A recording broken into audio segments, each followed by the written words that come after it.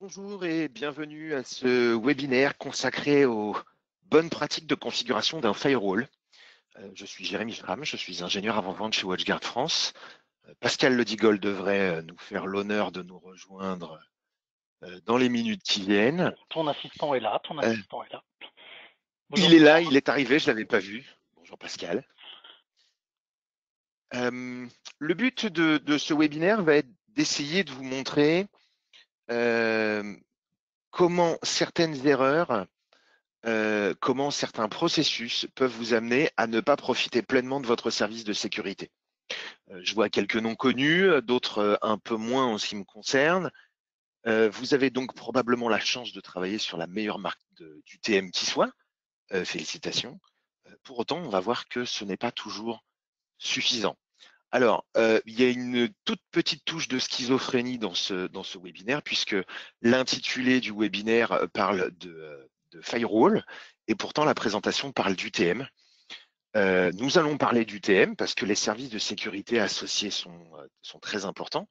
Pour autant, les premiers éléments que nous allons voir sont majoritairement liés à des problèmes de firewalling, et notamment de design de ce firewall. Ce webinaire devrait durer à peu près 1 heure. Je crains de déborder un petit peu, donc je vous en voudrais pas si vous avez des impératifs après. Il est enregistré, donc quoi qu'il arrive, vous pourrez vraisemblablement revenir sur certains aspects. Pardon, je cherche mes mots. N'hésitez pas à poster des questions. Je tâcherai d'y répondre au fur et à mesure et Pascal vous répondra également par écrit. Bien entendu, Pascal, tu interviens quand tu veux. Je veille. Donc, des bonnes pratiques de configuration d'UTM de façon générale, mais essentiellement appliquées à l'écosystème WatchGuard. Alors, il est important de définir un certain nombre de points. On va reparler rapidement des services de sécurité UTM qui sont inclus dans les suites logicielles WatchGuard. On va parler de dimension qui est un incontournable puisqu'on va voir que la sécurité passe notamment par l'information, de façon à pouvoir prendre de bonnes décisions. Et puis, je vais vous parler de 3 règles que vous devriez toujours respecter de façon générale dans à peu près n'importe quel contexte de sécurité, qu'il soit physique ou informatique. Et en particulier avec les WatchGuard. Alors, certains d'entre vous m'ont déjà entendu radoter à propos de ces 3 règles. Je recommence, c'est important, c'est quelque chose qui devrait pouvoir vous guider par la suite. Les services de sécurité de votre UTM WatchGuard sont séparés en 3 modules. Le premier, en gris à gauche, ce sont toutes les briques logicielles qui sont fonctionnelles quoi qu'il arrive, même lorsque votre licence expire. Elle apparaît également sous le nom standard support. En partie, en tout cas, ça inclut le firewall stateful, ça inclut tous les aspects VPN, VPN site-à-site, VPN nomade, ça inclut le multi-WAN, le SD-WAN, le load balancing, le failover, la haute disponibilité, la gestion des VLAN, le routage dynamique, les liaisons Active Directory, LDAP et Radius, le SSO, et j'en passe et des meilleurs. Ensuite, vous avez en orange les éléments qui viennent constituer la Basic Security Suite. Basic Security Suite, ce ne sont pas des systèmes basiques au sens où nous l'entendons, ce sont les éléments qui sont l'essentiel de notre sécurité. Et on va voir que c'est ceux qui vont nous occuper le plus dans la conception de nos stratégies UTM. Ces services contiennent un antivirus de passerelle qui, pour rappel, n'a pas vocation à remplacer votre antivirus sur vos postes de travail et sur vos serveurs. Le rôle est de pouvoir utiliser les bases de connaissances antivirales de façon à pouvoir identifier des menaces déjà connues, gagner du temps sur l'UTM et pour autant être en étant dans un système qui, en tout cas en l'état actuel des connaissances, ne permet pas d'être attaqué. Rappelez-vous que lorsqu'un attaquant va essayer de prendre le contrôle d'un de vos postes ou d'un de vos serveurs, la première chose qu'il va faire, c'est essayer de mettre en panne l'antivirus. Dans l'UTM, ça ne sera pas possible. Aujourd'hui, croisons les doigts. Une solution anti-spam, puisque l'anti-spam, on va le voir, comme beaucoup d'autres services, n'est pas lié à un confort utilisateur, c'est un service de sécurité qui nous permettra d'intercepter un certain nombre de menaces. ou au moins de bloquer des mouvements des attaquants dans leur tentative d'intrusion. Le système de filtrage d'URL, qui lui encore n'est pas là pour le confort des utilisateurs ou pour des choix politiques, pour répondre à des besoins politiques, mais bien pour assurer de la sécurité. Le contrôle d'application qui va permettre d'identifier des applications dans les flux réseau, ce qui permettra de faire de l'optimisation de flux, de l'optimisation de bande passante, mais également de la sécurité. L'IDS IPS, bien entendu, puisqu'il n'y a pas de firewall digne de ce nom sans un bon IDS IPS. Le RAID, qui est un système de réputation en cloud que vous connaissez, j'imagine tous. Le Network Discovery, qu'on va un petit peu mettre de côté aujourd'hui, et la détection de botnet. Ça, ce sont les services de sécurité, on va les voir, qui vont nécessiter donc le plus d'actions sur le firewall. Et c'est eux qui, au quotidien, vont vous assurer 70 à 80% de votre sécurité, on va dire périmétrique, mais pas seulement. Le firewall a une part importante. Ensuite, à droite, en rouge, on a toutes les briques qui viennent s'ajouter pour composer la Total Security Suite. Et dans la Total Security Suite, on a la PT Protection fournie par Lastline, c'est la sandbox. La sandbox hébergée, l'Intelligent AV qui n'est pas disponible dans les anciens boîtiers de la gamme T. Vous n'êtes probablement pas sans savoir que de nouveaux boîtiers font leur apparition dans la gamme T, les T20, T40 et T80. L'Intelligent AV est donc présent dans les T40 et les T80. Le TDR, qui est un système de corrélation entre un agent déployé sur les postes et les serveurs, et l'UTM WatchGuard et le cloud de WatchGuard. DNS Watch, qui est un anti-phishing, qui va vous permettre donc de bloquer des accès à de faux sites bancaires ou autres, mais également de former vos utilisateurs. L'Access Portal, qui lui aussi fait son apparition sur les nouveaux modèles de la gamme T et qui va permettre des connexions SSL sans agent, et le DLP, qui est un système de prévention de fuite d'informations. Ça, ce sont vos briques UTM visibles, évidentes. Il y en a une dernière que certains d'entre vous, je le sais maintenant, ont tendance à oublier. C'est ce qui est représenté ici au-dessus de ce graphe, cette petite fenêtre, c'est Dimension. Dimension, c'est un système qui va avoir plusieurs fonctions. C'est une machine virtuelle qui vous est livrée, dont l'usage est nécessairement inclus avec toutes les suites logicielles, donc il n'y a pas de licence complémentaire pour Dimension. Dimension va recevoir les logs envoyés par un ou plusieurs UTM WatchGuard, les stocker, assurer la conservation légale des logs. Vous allez pouvoir supprimer automatiquement les logs ayant plus d'un certain âge. Vous allez pouvoir les pseudonymiser. Et on va se servir de la présence de ces logs pour générer des rapports qui ont pour vocation première de vous accompagner dans la lisibilité, dans la compréhension des événements sur votre réseau. Dimension, donc, c'est intégré à toute la suite UTM WatchGuard, quel que soit le type de boîtier. Ce n'est pas limité en taille, c'est l'une des grandes problématiques aujourd'hui encore des systèmes de logging, c'est que soit on a d'un côté du syslog avec une capacité de stockage virtuellement illimitée puisque ce n'est que de l'espace disque, mais avec une lisibilité un petit peu difficile lorsqu'on ne peut pas avoir un SIEM. Et puis d'un autre côté, on a des solutions qui éventuellement peuvent être assez coûteuses, qui vont vous faire ce reporting, mais où pour le coup, on va avoir des limitations, notamment liées au volume et donc des ajouts de licences. Donc Dimension n'est pas limitée, donc pas d'excuse pour ne pas l'utiliser.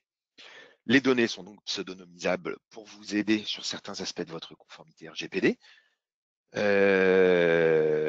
Chaque UTM WatchGuard peut envoyer ses logs dans 2 serveurs Dimension différents, chacun de ces 2 serveurs ayant en plus ses possibilités de redondance. Chaque serveur Dimension peut recevoir les logs d'un nombre illimité d'UTM, modulo des problèmes de performance liés à toutes les bases de données. Et puis, il existe une version en cloud de Dimension qui s'appelle WatchGuard Cloud Visibility, en cloud, donc hébergée en Europe pour faciliter encore une fois votre conformité RGPD.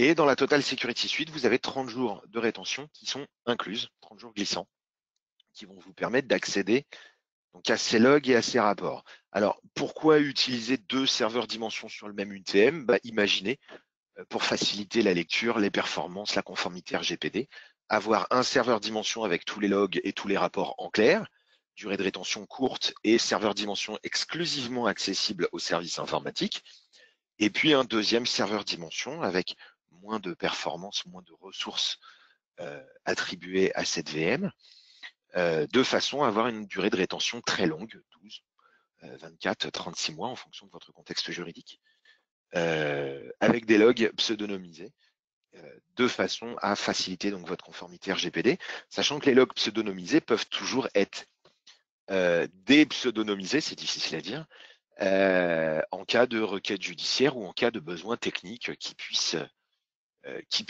agréer à votre DPO. Dimension, si vous ne connaissez pas, je vous encourage vivement à aller sur la chaîne YouTube de WatchGuard France, où vous trouverez divers replays de divers webinaires, des tutos, etc. Et notamment, à cette adresse, un replay d'un webinaire sur Dimension qui va vous expliquer en une quarantaine de minutes ce que peut faire Dimension et une certaine forme de lecture de Dimension qui est la mienne dans un certain nombre de contextes, mais sachant que voilà, on peut aller plus loin dans Dimension et voir d'autres choses en fonction des différents contextes. Dimension, pour bien fonctionner, va avoir besoin de logs, et les logs, c'est quelque chose dont on va parler nécessairement lorsque nous allons parler des 3 règles d'or que vous devriez, noter le conditionnel, toujours respecter. Alors vous êtes libre de ne pas le faire, hein, parce que vous n'êtes pas d'accord, parce qu'elles ne vous conviennent pas, parce que vous pensez à tort ou à raison qu'elles ne s'appliquent pas à votre contexte. Quoi qu'il arrive, probablement que je vous disputerai si vous ne les respectez pas et que vous m'appelez pour avoir un avis sur votre configuration. Toujours est-il que en ce qui me concerne, en ce qui nous concerne au moins en partie chez WatchGuard, elles devraient être considérées comme incontournables, obligatoires et non négociables. Ces règles, lesquelles sont-elles? Alors, je n'ai pas pris le temps de faire un joli graphe avec les tables de la loi pour marquer un petit peu le propos, pardon. Règle numéro 1, utiliser l'ordonnancement automatique. Règle numéro 2, loguer. Et règle numéro 3, pas de EMI. Qu'est-ce que ça veut dire? L'ordonnancement automatique chez WatchGuard fonctionne suivant un principe qui est très simple. On va observer le contenu de la source, de la destination d'une requête, des ports et protocoles, et puis en dernier recours, utiliser l'ordre alphabétique. Le résultat de cet ordonnancement, c'est qu'on va donc mettre en haut de la liste des règles qui sont extrêmement, pas restrictives, mais qui ont un champ d'application qui est très restreint, pour aller vers le bas de votre configuration, vers des stratégies qui vont avoir un champ d'application beaucoup plus vaste. Donc, on traite l'exception d'abord et le comportement général ensuite. Pourquoi utiliser cet ordonnancement automatique? C'est tout simple. Le boîtier, via cet ordonnanceur, ne va pratiquement jamais se tromper sur l'emplacement d'une règle que vous créez dans le contexte général de votre configuration. Pour autant, vous pourriez ne pas être satisfait du comportement du firewall à la création de cette règle parce qu'elle s'applique trop ou trop peu. Et auquel cas, vous êtes en droit de vous dire que le boîtier fait une erreur, donc vous allez passer en ordonnancement manuel et déplacer cette règle. Ce faisant, vous allez, à court ou moyen terme, créer à tout le moins des règles dupliquées. Dans le temps, à moyen ou long terme, vous allez augmenter le temps de diagnostic de vos différents événements réseau et de vos dysfonctionnements. Et vous risquez de générer des perméabilités parce que les règles non placées dans leur contexte auront moins de sens et que vous risquez donc d'oublier quelque chose. Cet ordonnancement, on peut bien entendu le contrecarrer, on pourra voir ça tout à l'heure. On peut bien entendu l'utiliser. On a tous besoin à un moment ou un autre de mettre une règle en tête pour faire un test, pour débloquer une situation épineuse, le temps de pouvoir traiter le problème au fond. Pour autant, cet ordonnancement manuel ne devrait pratiquement jamais rester en place. Alors, il existe quelques cas de figure où l'ordonnancement manuel devient nécessaire. Ces cas, qu'ils existent. Je ne vous les donnerai pas. Certains d'entre vous ont des cas d'usage assez intéressants. Je vous recommanderais de les garder pour vous parce qu'on s'aperçoit que lorsqu'on donne un cas particulier, c'est humain. On va tous avoir envie de correspondre à ce cas particulier. Donc, on va va avoir tendance à se créer des situations de façon à pouvoir correspondre à cette nouvelle norme en réalité. Donc l'ordonnancement automatique est un garde-fou, il va vous empêcher de commettre des erreurs de design et ça c'est très important. Règle numéro 1, ordonnancement automatique. Règle numéro 2, loguer. S'il vous plaît, loguer. L'information, c'est l'élément capital dans une bataille. Et cette bataille, vous et moi, client final, partenaire, constructeur, nous sommes tous dans cette bataille depuis un certain nombre d'années. Et vous ne pouvez pas mener cette bataille sans log. Il se trouve que Dimension n'a pas de limite. Vous pouvez rajouter de la volumétrie sur votre stockage. Vous pouvez utiliser une base de données externe si vous le souhaitez. Il me semble que la base de données PostgreSQL, sa dernière limite doit être 38 Tera. 38 Tera de log, ça représente un petit peu normalement. Donc, il n'y a pas de raison financière, vu le prix du stockage, de ne pas tout loguer, au moins dans un premier temps. On a tous pour habitude, administrateur système ou réseau, puisque c'est pour beaucoup d'entre nous, soit notre passé, soit notre présent, on a tous l'habitude de penser que certains logs, certains flux n'ont pas d'intérêt, parce qu'on a pris l'habitude de se faire polluer par certains types de logs. On a tous pris l'habitude également, enfin, pour les plus anciens, de voir des serveurs Windows plantés sur une saturation de journal d'événements, parce que ça a pu arriver sur certaines versions de Windows. Donc, on est tous un petit peu sur la réserve avec ça. Pour autant, vous n'aurez pas ce type de problème. Le WatchGuard n'a pas cette conservation des logs ne va pas avoir d'impact sur le fonctionnement de votre boîtier. Vous n'allez pas ralentir le boîtier parce que vous allez générer ces logs. Vous allez générer un petit peu de trafic réseau, puisque ces données, il faut bien les transférer. Pour autant, elles sont chiffrées et compressées, donc le volume est quand même relativement faible. Le positionnement du serveur Dimension peut être plus problématique si vous, votre client, avez des problèmes de bande passante, notamment des problèmes de latence. Mettre un serveur Dimension à l'extérieur peut ne pas toujours être une bonne idée. Mais donc, il faut loguer les règles de flux, entrantes et sortantes, puisque ce sont par les règles sortantes que bien souvent les pirates auront raison de vos systèmes de sécurité. Loguer vos communications inter-VLAN ou inter-réseau, loguer les applications, loguer tous les aspects de géolocalisation. Pensez également dans les différents proxys, on parlera vraisemblablement très peu des proxys aujourd'hui, en tout cas pas dans le détail. Pensez que dans les proxys, vous avez des actions qui peuvent être autres que hello, autorisées, et c'est une excellente habitude que de loguer tous les éléments qui ne sont pas en hello, de façon à pouvoir garder des informations. Alors, les logs posent toujours des questions concernant les aspects juridiques, la protection de la vie privée de l'utilisateur, etc., etc. Chaque contexte juridique est unique, mais de façon générale, gardez à l'esprit que la problématique, ce n'est pas tellement la génération et la conservation des logs, c'est plus la qualité des gens qui accèdent à ces logs. Il est facilement admissible qu'un administrateur ou un membre du service informatique accède à ces logs pour faire son travail quotidien. Il est plus délicat juridiquement qu'un chef d'entreprise y accède, à moins bien sûr que le contexte juridique nécessaire n'ait été mis en place. Donc, règle numéro 1, ordonnancement automatique. Règle numéro 2, on log. Et au moins dans un premier temps, on log tout.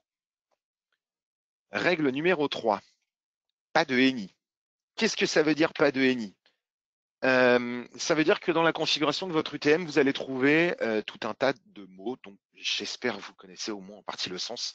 ENI Trusted, ENI Optional, ENI External, ENI Port, ENI Protocol, ENI Destination ou ENI Source.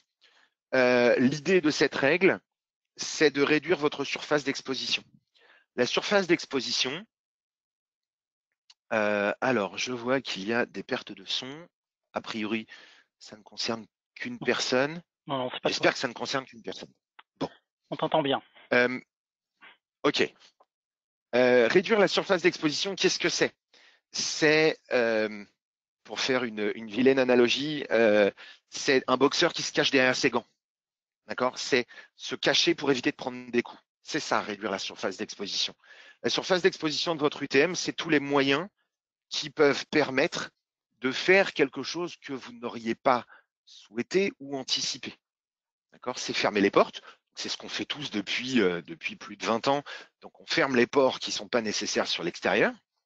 Okay, ça, c'est normal, c'est habituel. Maintenant, il faut comprendre que cette surface d'exposition, elle touche aussi à l'intérieur. Quand on veut aujourd'hui franchir un pare-feu ou un UTM ou un système de sécurité, quel qu'il soit, le meilleur moyen, c'est d'avoir une complicité à l'intérieur.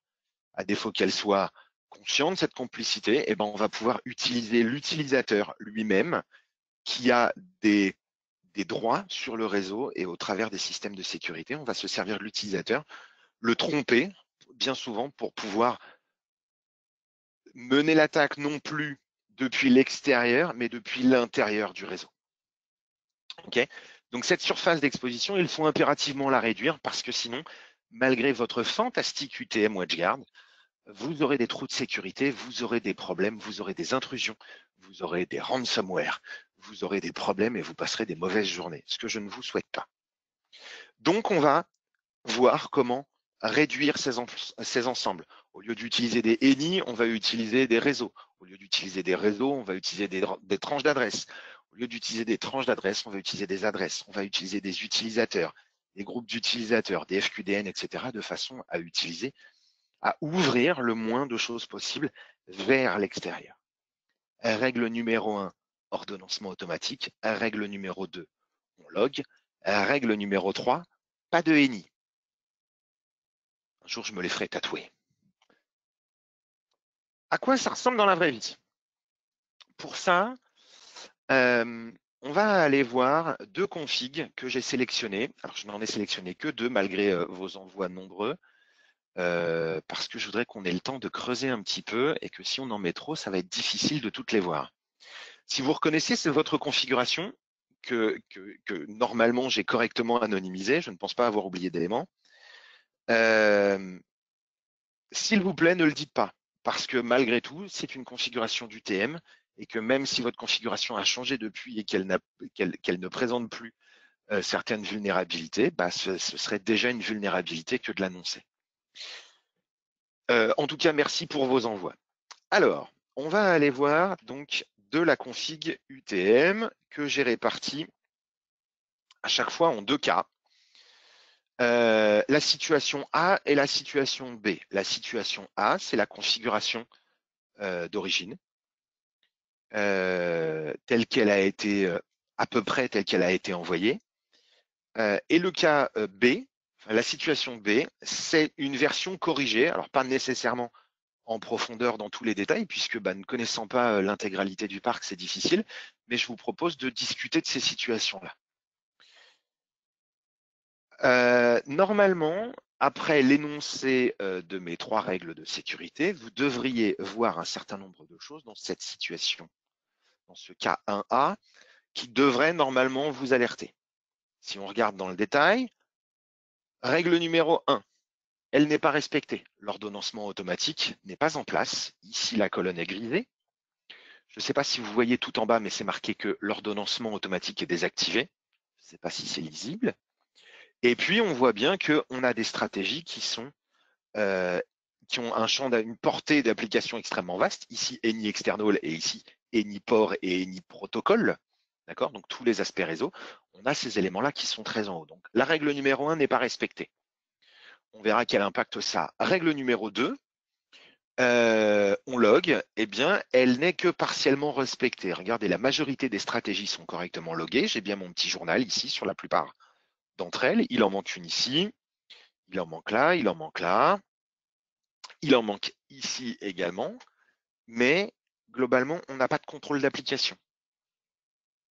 Or, il se trouve que le contrôle d'application, à défaut de bloquer des choses, va nous empêcher, ne pas nous donner d'informations sur les applications utilisées. Or, l'application utilisée dans un flux, ça peut être complètement anecdotique. Savoir que les utilisateurs utilisent Firefox plutôt que Chrome ou Chrome plutôt que Edge ou peu importe, au quotidien, ça peut être complètement anodin. Maintenant, savoir quel est le navigateur utilisé peut être intéressant lorsque, au petit déjeuner, vous lirez un article qui vous parle de la dernière vulnérabilité à la mode dans l'un des grands navigateurs, puisque du coup, immédiatement, avec le contrôle d'application, vous saurez quelles sont les navigateurs utilisés par vos utilisateurs et donc vous aurez une idée de l'impact que ça peut avoir sur vous. Le contrôle d'application va vous aider également à maîtriser les usages. Si je prends cette règle ici, BOVPN Allow In, qui va avec BOVPN Allow Out. Si vous n'êtes pas très à l'aise avec l'écosystème WatchGuard, c'est facile.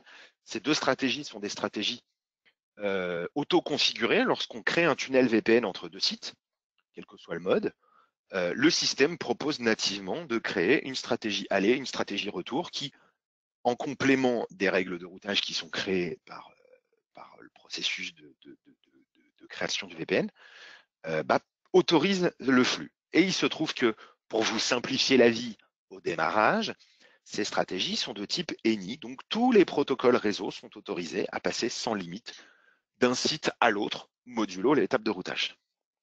C'est très pratique, c'est confortable, on monte un VPN, ça marche tout de suite, on peut faire un ping, c'est génial.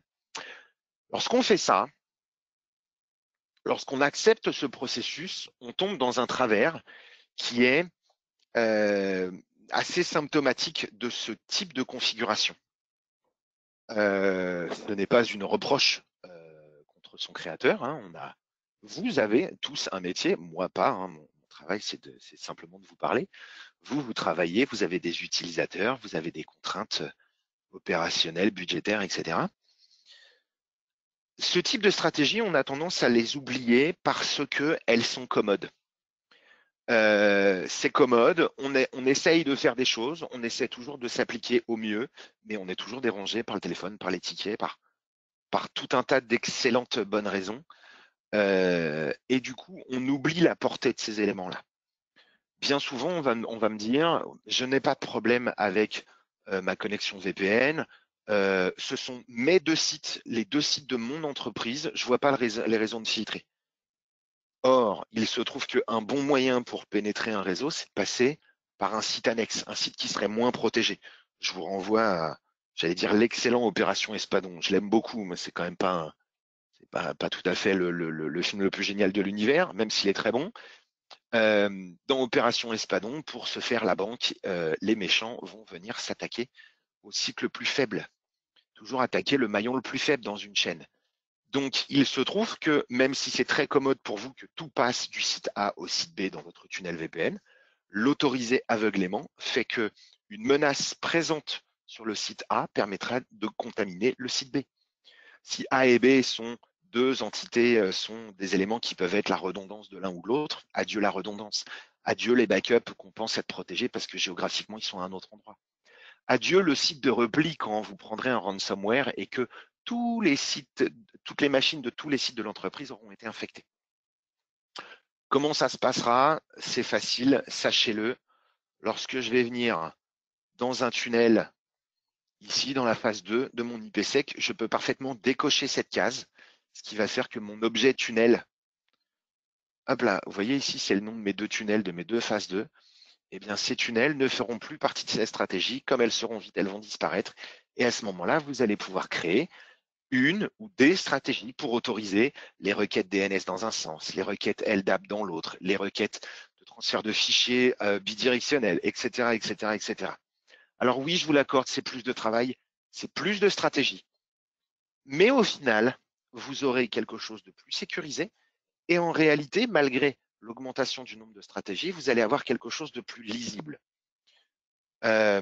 Notamment dans ce cas, ici, on va avoir un problème de lisibilité.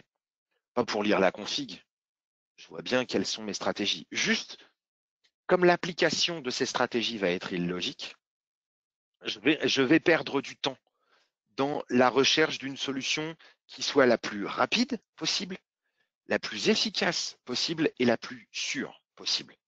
Là, bien souvent, avec ce type de stratégie, avec un ordonnancement manuel, on va souvent aller à la solution la plus rapide, qui ne sera clairement pas la plus sûre. En plus, ici, regardez, on a cette stratégie qui a fait son apparition. Ça, c'est probablement de ma faute, parce que j'ai peut-être mal expliqué. Le WatchGuard est un firewall. Au départ, c'est un firewall. On lui a mis des services de sécurité, c'est un UTM. Qu'est-ce que c'est un firewall? Un firewall, c'est un routeur qui dit non à tout. quand vous préparez la configuration d'un routeur, à la fin de la configuration d'un routeur, pardon, vous allez mettre quelque chose de la forme deny, any deny, pour refuser toutes les communications. Donc vous avez des règles qui autorisent et à la fin, on met une règle de refus. Cette règle de refus systématique qui vient à la fin, chez WatchGuard, elle existe de base parce que notre produit a été conçu comme un pare-feu. Notre produit dit non d'abord. C'est comme ça que vous ferez la différence entre un UTM ou un firewall et un routeur qui aurait éventuellement été modifié pour contenir cet élément. Cette règle de refus, elle est implicite. Donc ici, cette stratégie, en termes de sécurité, elle n'a pas d'usage. Alors, elle peut être intéressante parce que ça rassure l'administrateur qui se dit que, comme ça, même si en dessous, il crée une règle par accident qui viendrait autoriser un réseau vers un autre, et ben à ce moment-là, cette stratégie-là le protégerait. Pourquoi pas? Ça peut être éventuellement un moyen de déclencher des alertes ciblées. Pourquoi pas? Mais a priori, cette stratégie ne sert pas. À quoi devrait ressembler cette config? Selon moi, cette configuration devrait ressembler à ça, un peu plus. De l'ordonnancement automatique, des logs partout, même si j'ai oublié d'en mettre, je vois ça. Dites donc. Je n'en ai pas mis dans cette règle SNMP, puisque pour une raison que j'ignore, elle n'a pas de source. D'accord? Et puis, progressivement, je vais faire disparaître des objets. Ces stratégies qui sont désactivées ici, je ne sais pas pourquoi elles sont là, je ne sais pas depuis quand elles sont là. Ceci dit, on aura peut-être une date ici. La stratégie a été créée en 2017. Quand est-ce qu'elle a été désactivée? Je ne sais pas. Toujours est-il que ça, ce sont des choses qui peuvent conduire à des erreurs de lecture. Je vois des éléments qui font référence à un exchange. Donc, j'ai un serveur de messagerie en interne. Du coup, je m'interroge. Revenons sur la règle numéro 3, pas de ENI, puisqu'on a déjà parlé des deux règles précédentes. Maintenant qu'on a remis un peu d'ordre, j'ai ici une stratégie sortante. SMTP sortant. J'ai un exchange en interne et pourtant, j'autorise tous les réseaux sans limite à faire du port 25 vers n'importe quelle destination. Je n'ai pas parlé de SMTP, ce n'est pas un proxy. C'est un filtre de paquet, donc je ne vérifie pas ce qui sort sur le port 25. À quoi sert cette règle? J'imagine que la volonté, c'est de pouvoir faire en sorte que l'exchange puisse envoyer des mails vers l'extérieur. Parfait. La réalité de cette règle, c'est quoi? Je suis un usager, je suis vraisemblablement dans AnyTrusted, je ne suis pas allé voir les réseaux. Les réseaux sont de type, hop là, j'ai un bridge de type Trusted. Donc, tous mes réseaux de type Trusted, donc AnyTrusted, c'est donc un nombre théorique sans limite de réseaux, ont la capacité de lancer un client torrent pour aller faire du peer-to-peer, puisque sur ce port 25, rien ne me contrôle. J'ai mis ici un application control pour pouvoir loguer, mais si on regarde dans la réalité, mes usagers vont pouvoir faire des bêtises sur ces ports qui sont ouverts. En tant que pirate, qu'est-ce qui va se passer?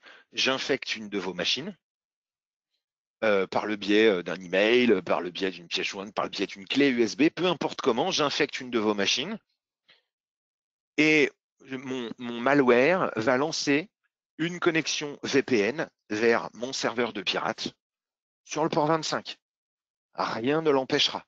Le pirate aura un accès permanent à la machine tant qu'elle est allumée, ce qui lui permettra au fil du temps de faire de l'interception de trame sur le réseau, de pousser des malwares sur le réseau, de capturer des mots de passe, etc., etc., etc. Et donc, sur le long terme, de pouvoir faire virtuellement n'importe quoi, y compris éteindre vos machines, supprimer purement et simplement vos VM, etc.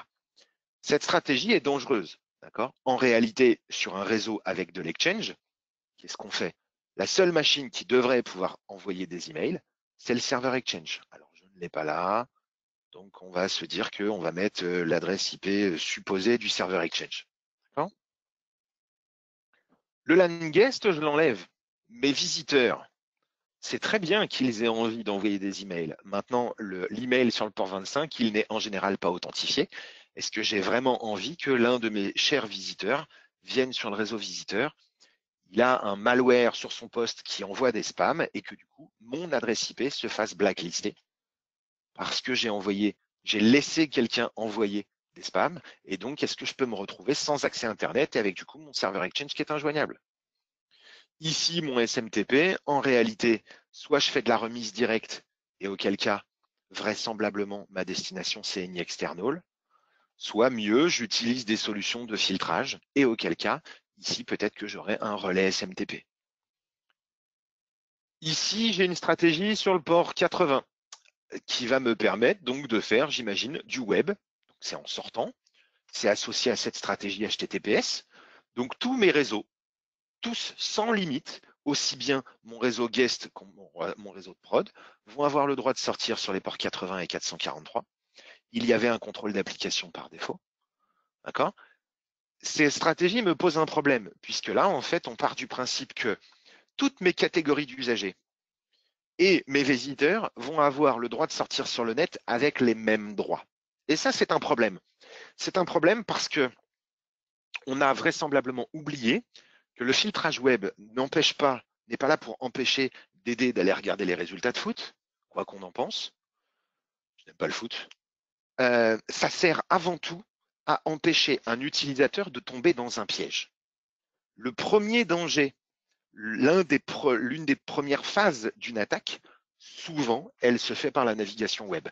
On va conduire l'utilisateur à aller sur un lien web. Ça peut être un lien de phishing, et auquel cas, super, on s'aperçoit que www.free.fr, eh ben, c'est écrit FR3E, et l'utilisateur l'a pas vu et on le bloque. Ça peut être d'autres choses. Ça peut être l'envoyer vers un lien OneDrive, vers un lien Dropbox, vers un lien SharePoint, vers n'importe quoi qui, in fine, aura pour but d'amener l'utilisateur à télécharger la menace. Parce qu'aujourd'hui, les menaces ne passent pratiquement plus dans les emails. C'est fini. Il y a de l'anti-spam partout. Il y a des systèmes de blacklist partout, etc. On a du spam, mais il y a quand même relativement peu de menaces directement dans l'email. Donc, la clé, c'est le web. C'est d'autant plus la clé que, malheureusement, un certain nombre d'entreprises, que j'espère on peut compter sur les doigts de la main, ne mettent pas en œuvre l'inspection HTTPS.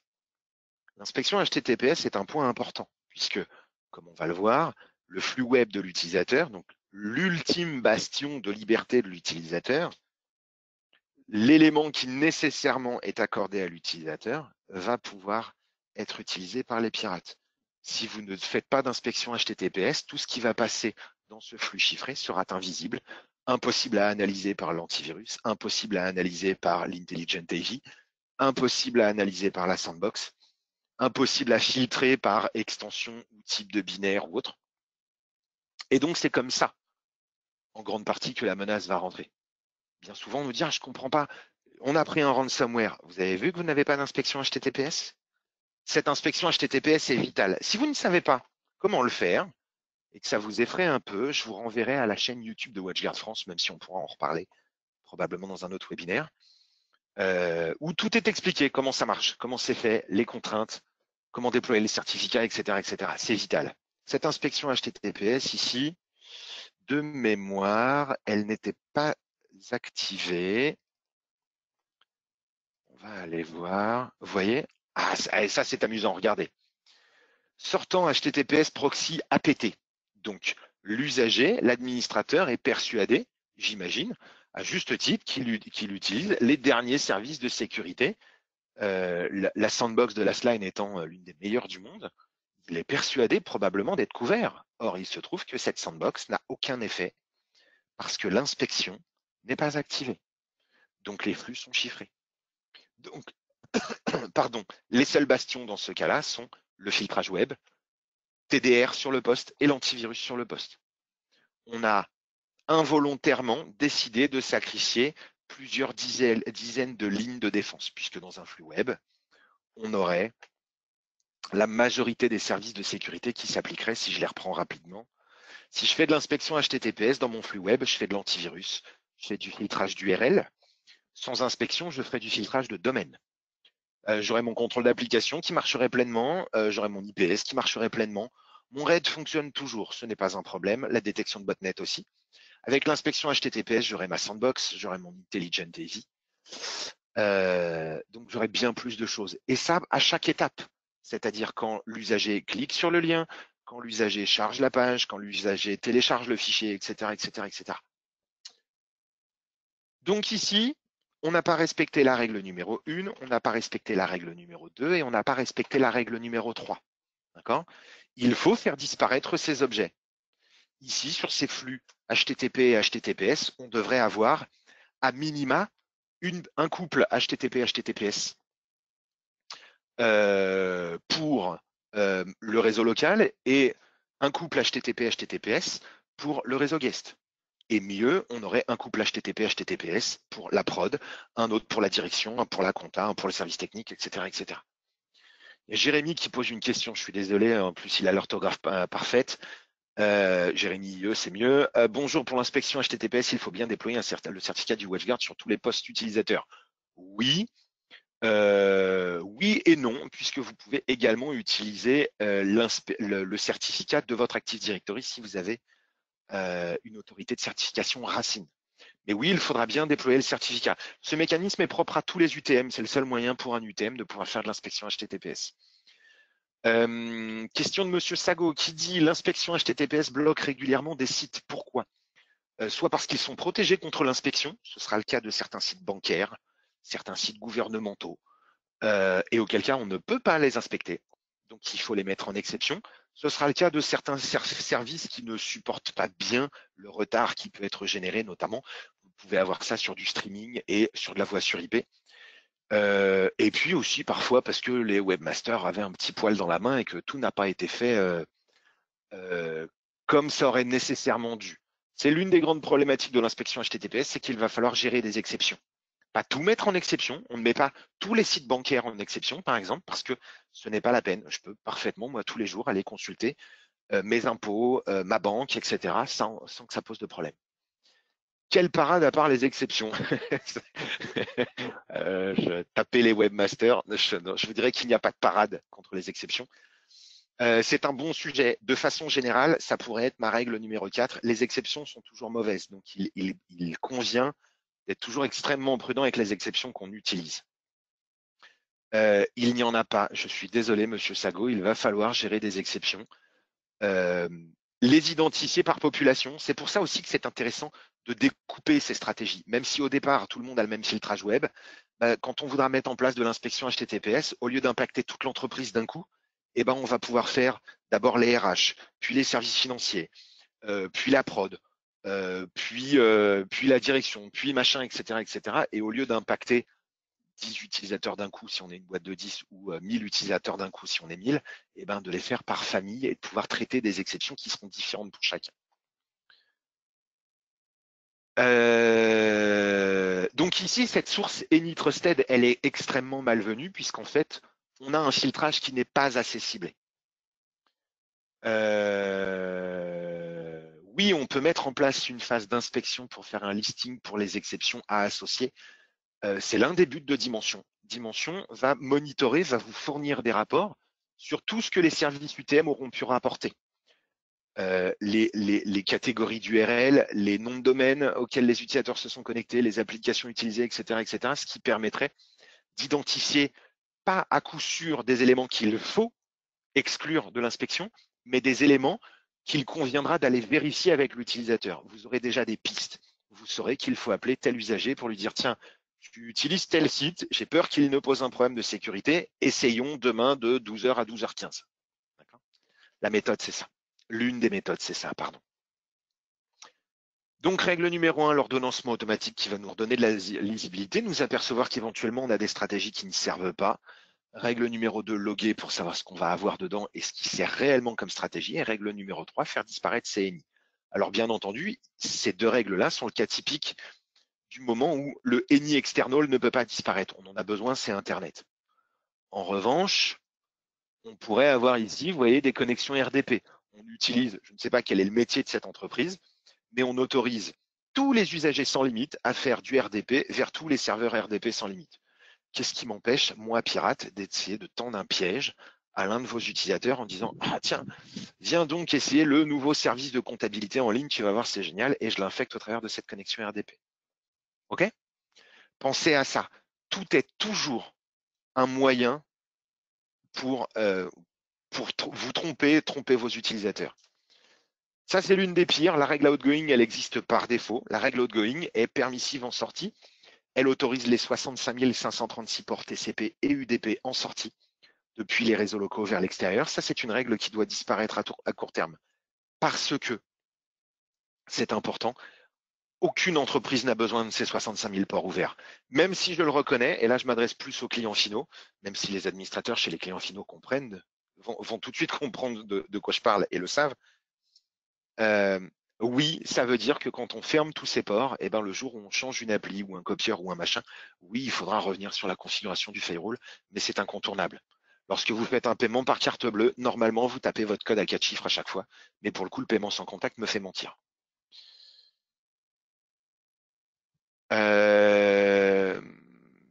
Dans le cas d'un Wi-Fi guest, vaut-il mieux désactiver l'inspection de paquets ou déployer un certificat? Le Wi-Fi guest, c'est toujours très compliqué. Je vous dirais que le Wi-Fi guest, sur le principe, ce sont des gens qui viennent chez vous. Les gens qui viennent chez moi, je leur demande d'enlever leurs chaussures et de mettre une paire de chaussons pour pas faire des traces. Ça devrait être pareil pour le Wi-Fi guest, puisque ces gens-là utilisent votre connexion Internet et potentiellement mettent en péril votre responsabilité légale. Maintenant, c'est très compliqué parce que je pense que ça va poser des problèmes juridiques de déployer des certificats.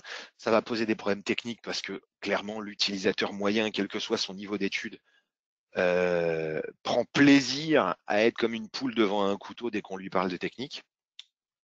Je pense que c'est lié à notre nature profonde de latin. Je n'ai pas de solution magique pour vous, monsieur. Je pense que on devrait faire de l'inspection dans tous les cas, mais que c'est problématique dans la plupart des cas. Donc, essayons déjà de nous concentrer sur les réseaux de prod. Si déjà on arrive à tous mettre à l'abri nos réseaux de prod, on aura fait un sacré pied de nez aux pirates. Et peut-être qu'on passera de meilleures journées, de meilleures semaines. Le temps passe, je suis bavard. Pascal, tu ne m'as pas interrompu. Je vais vous proposer une autre config, d'un autre genre. Si je t'interromps, tu fais 2 heures. Deuxième config, malheureusement assez fréquente. Oui, je vous confirme que la règle qui bloque tout par défaut à la fin, elle est bien implicite. Vous avez bien compris. Sinon, Je ça signe. sera un routeur, sinon. Sinon, ce serait un routeur WatchGuard. D'ailleurs, s'il vous plaît, arrêtez de me dire j'ai un problème avec mon routeur WatchGuard, s'il vous plaît, ça me fait de la peine à chaque fois. J'ai acheté des Bref. presets pour lancer sur la personne qui dit ça.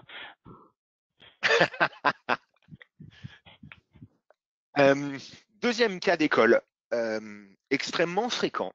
C'est souvent le cas de quelqu'un à qui on a trouvé une tâche plus urgente. Probablement démarrer le nouvel iPhone du patron, malgré tout le respect que j'ai pour les patrons et l'absence de respect que j'ai pour les iPhones. On a ici pratiquement une configuration d'origine. Si vous démarrez un WatchGuard, suivez le wizard d'installation, au moins depuis 2 ans, vous devriez avoir une configuration qui est sensiblement celle-ci. Du coup, on a une config dans laquelle on a assez peu d'actions qui ont été menées. On a très peu de logs. J'ai activé les logs dans la version corrigée. On ne respecte pas bien la règle numéro 3, même si ici on a eu une belle tentative, puisque par défaut, cette stratégie FTP, elle met plutôt any trusted et any optional vers any external. D'ailleurs, vous pourriez me dire, mais pourquoi qu'est-ce qu'on s'en fout du FTP? Encore une fois, rappelez-vous que moi, pirate, je vais pouvoir vous poser tout un tas de soucis. Si j'infecte un nouveau poste au travers de ce port 21, qui ne sera pas filtré comme étant du FTP, mais simplement du port 21, ce n'est pas un proxy ici. D'accord? Je vais pouvoir voler vos données, je vais pouvoir lancer une connexion VPN, etc., etc. Et comme je n'ai pas de contrôle d'application, je ne ferai pas la différence entre un flux VPN et un flux de transfert de fichiers. D'accord? Pas directement. Donc c'est compliqué. On a eu une belle tentative malgré tout, hein, si on vient là-dedans. On a eu du web blocker qui a été mis. Je vais y revenir. Et puis on a eu une tentative pour retirer cette règle outgoing pour la remplacer par un outgoing proxy, utiliser le TCP UDP proxy. C'est une méthode que mes collègues américains adorent particulièrement. Mes collègues américains aiment beaucoup, plutôt que de fermer massivement les ports, mettre à la place de cette règle outgoing un proxy TCP UDP qui va prendre en charge des ports, d'autres types de ports, notamment un port 80-80 par exemple, qui serait utilisé pour du HTTP, mais en y appliquant des services UTM. c'est pas mal, mais je trouve que c'est insuffisamment agressif par les temps qui courent. Mais on a eu une tentative ici, qui visiblement n'est pas allée au bout. Probablement que ce pauvre monsieur a été dérangé trop souvent et qu'il n'a jamais pu finir son élément. Je vous raconte quand même la fin de cette histoire. Cette configuration, je l'ai reçue parce que on m'a dit, je comprends pas comment on a pris un ransomware. Bah voilà, il y a plein de bonnes raisons pour prendre un ransomware là-dedans. Je vais revenir sur le filtrage web. Ici, on a bien pensé, à défaut de faire de l'inspection HTTPS, on a bien pensé à mettre un filtrage web. Et on a bloqué du contenu pour adultes, du peer-to-peer, des éléments qui sont... je ne peux pas vous donner tort dans le blocage, mais je ne peux pas vous donner raison. Ces éléments-là, vraisemblablement, tant que les gens dans vos locaux sont majeurs, la pornographie, pardon, la pornographie simple ne représente pas un délit, même au travail. Il y a des prud'hommes qui ont été gagnés parce que les salariés regardaient du porno, mais seulement sur leur temps de pause. Ici, on a fait du politique. On a interdit le porno, ce type de choses, mais on en a oublié des choses qui sont essentielles. Et le filtrage web, c'est un service de sécurité absolument exceptionnel qui est méconnu, mésutilisé et mésestimé. Le filtrage web, qui va fonctionner très efficacement, même dans des flux non inspectés, non déchiffrés, va permettre de fermer la route aux pirates. Rappel, une attaque assez classique consiste à envoyer un email à l'utilisateur. L'utilisateur va cliquer sur un lien dans l'email. Ce lien va le conduire à un SharePoint. Dans ce SharePoint, il y a un document. Dans le document, il y a un autre lien, etc., etc. On va empiler plein de mouvements de ce type de façon à tromper les systèmes. Et à la fin, il y aura une URL qui sera une tiny URL de la forme HTTPS je sais pas trop quoi.tn / malware.exe. Allez, bêtement. Et l'utilisateur va cliquer là-dessus. Tous ces liens, je pourrais les bloquer simplement, sans même faire d'analyse. Alors, pas à tous les coups, je vous l'accorde, donc c'est pour ça que les autres services de sécurité sont importants. Mais la plupart de ces liens, je pourrais les bloquer en interdisant cette catégorie, Extended Protection, et en interdisant la catégorie Security, qui est ici. Avec ces deux grandes familles, je vais pouvoir déjà bloquer énormément de transferts de ces menaces.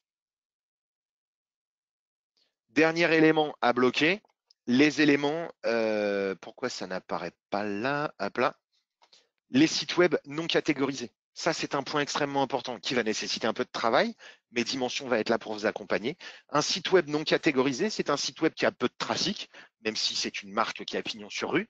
Quand vous avez un site web qui est non marchand et qui fait 300 visites par mois, il n'est peut-être pas catalogué. Le site web de l'excellent restaurateur qui a sa gargote en face de votre bureau, il a beau être exceptionnel, peut-être que son site web n'est pas référencé.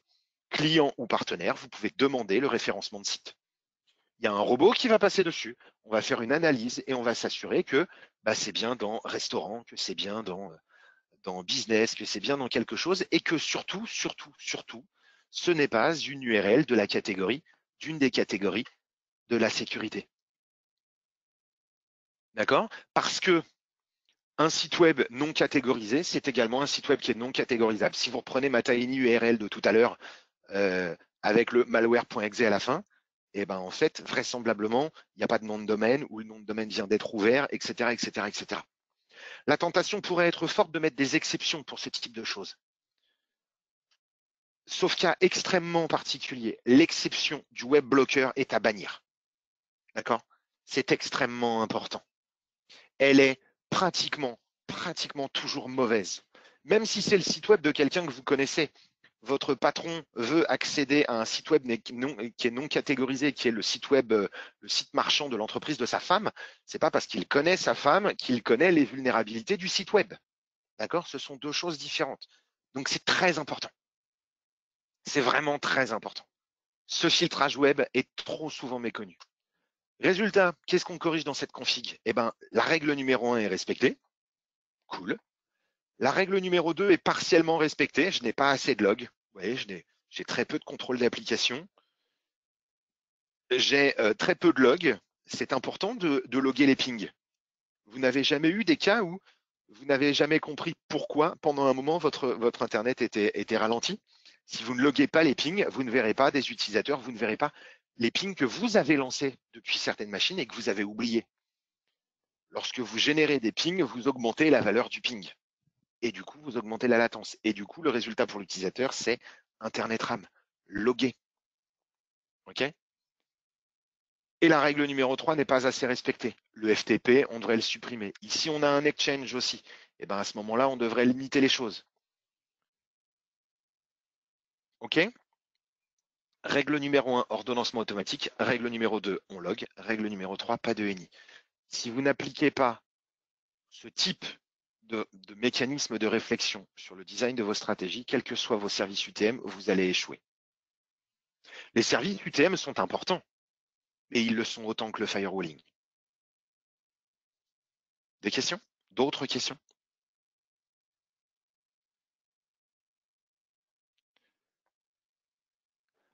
Alors, pour le filtrage URL en HTTPS, y a-t-il moyen d'avoir la page web avec les notifications de blocage, même si l'inspection HTTPS n'est pas activée? Non, vous ne pouvez pas avoir le message d'erreur, le message de blocage sans inspection HTTPS. Le message auquel on fait référence ici, c'est celui-ci. Alors, je n'ai rien contre lemonde.fr, mais c'est une URL facile à taper. Donc, comme ça, je sais que j'ai toujours le test. Et je lis sur mon smartphone. Ce message, il est écrit dans la page. Ce n'est pas une redirection. Du coup, si le flux n'est pas déchiffré, vous ne pouvez pas le réécrire. Donc, non. Vous n'aurez ce message, éventuellement même d'avertissement. J'espère que tout le monde est majeur, puisque n'oubliez pas qu'il y a la possibilité d'avoir des avertissements en plus du blocage. D'accord ? J'aurais dû faire l'inverse, peut-être l'avertissement sur le monde et bloquer YouPorn. Soyons politiquement incorrects. Pour avoir ces éléments-là, il faut que l'inspection soit activée.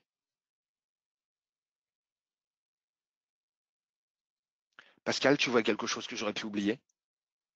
Non, la question sur l'inspection HTTPS, c'est le web blocker, à laquelle j'ai répondu à la personne, mais je pense que ça peut intéresser pas mal de monde. Vu qu'il y a souvent cette question qui revient, je pense qu'elle revient parce que certains éditeurs ont besoin d'inspection pour mettre le filtrage d'URL, c'est pas notre cas. On utilise le CN dans le certificat ou le SNI dans la requête pour pouvoir faire le filtrage d'URL, on n'a donc pas besoin d'inspection HTTPS pour ça.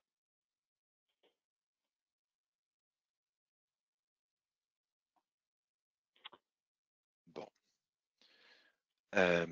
D'ailleurs, quand on est dans le Policy Manager, on voit bien qu'on peut, sans même inspecter, activer le web blocker.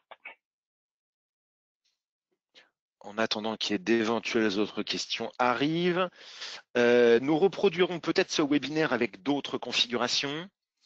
On pensait également avec Pascal vous proposer un petit challenge pour la partie 2 de ce webinaire.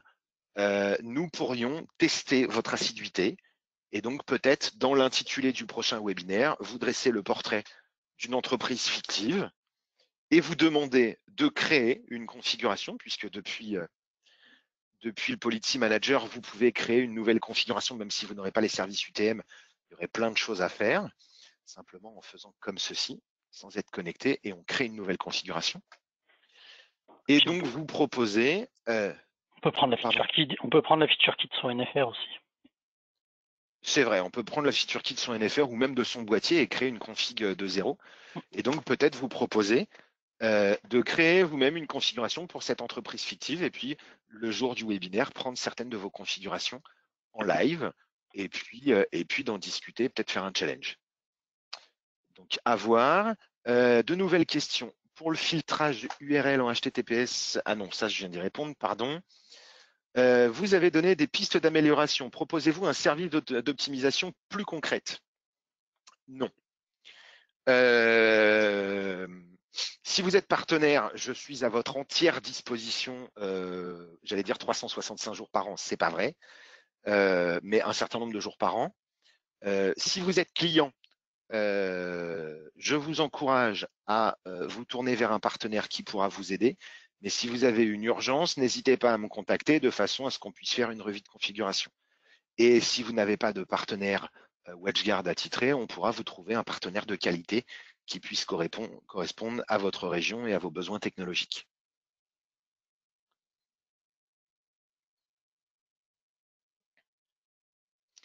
Un paramétrage type peut-il être copié? J'adore cette question.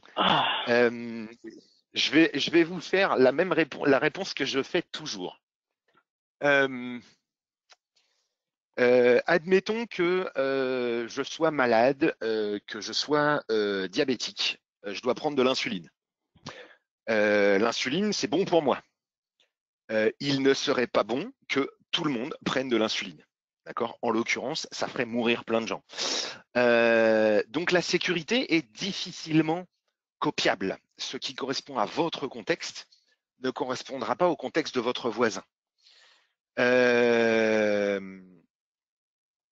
C'est pour ça que je préfère vous parler de processus qui vont vous conduire à une amélioration permanente et à une comment dire, à une remise en question automatique de vos propres process. Le but du jeu, c'est que même si vous êtes seul dans un bureau, parce que vous êtes l'administrateur unique d'une entreprise, ce processus doit vous aider à vous corriger vous-même. On peut discuter de vos configurations, on peut refaire ce type de webinaire pour discuter de cas plus concrets. Mais malheureusement, la config type à copier, je n'y crois pas et j'en ai peur.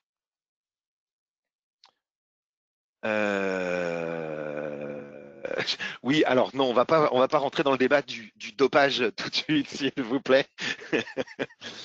Et puis, Monsieur Segara, Pascal vous a répondu. N'hésitez pas à nous contacter. Et de toute façon, on peut se faire une petite revue d'urgence pour s'assurer que vous puissiez partir en congé cet été sans vous mettre la rate au courbouillon.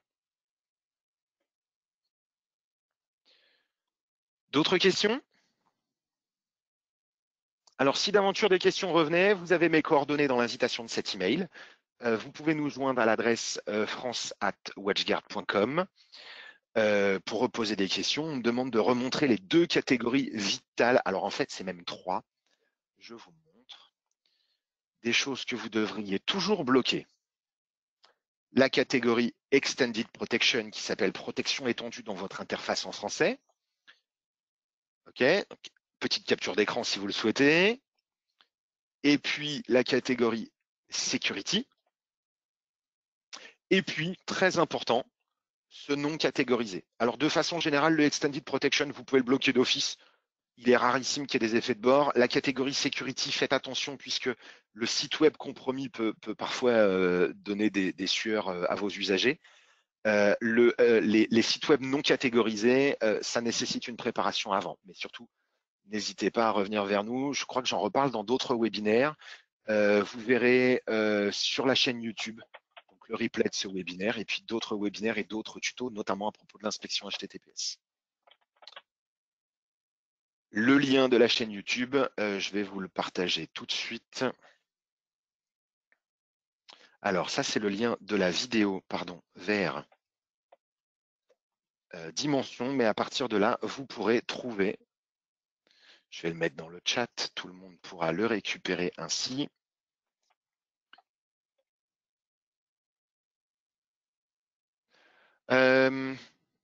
N'est-ce pas plus intéressant de ne pas autoriser le outgoing et d'autoriser les ports uniquement sortis? Alors, si je vous comprends bien, si c'est exactement le propos.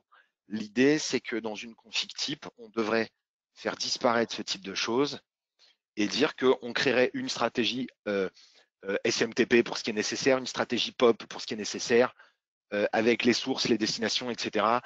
Une stratégie pour se connecter à un service SaaS, etc. Et n'autoriser que certains ports pour que certaines sources et que certaines destinations. Ce serait le cas idéal, bien entendu.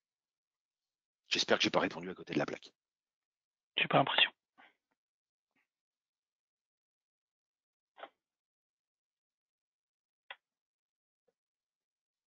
D'autres questions?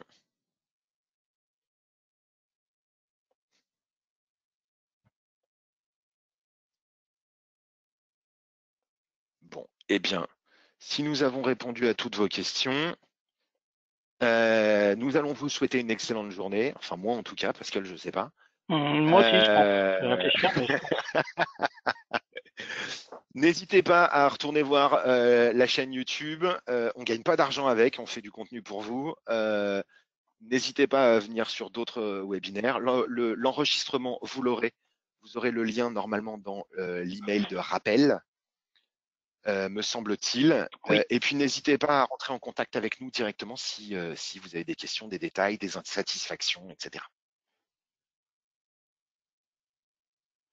Merci à tous. Pascal, Bonne le mot de la journée. fin. Bah, merci à tous. Bonne journée. Et puis on continuera des séries comme ça sur ce sujet parce que c'est vraiment le nerf de la guerre de s'assurer que nos clients communs soient protégés le plus possible. Et ça nous tient à cœur. Merci à vous. Bonne journée.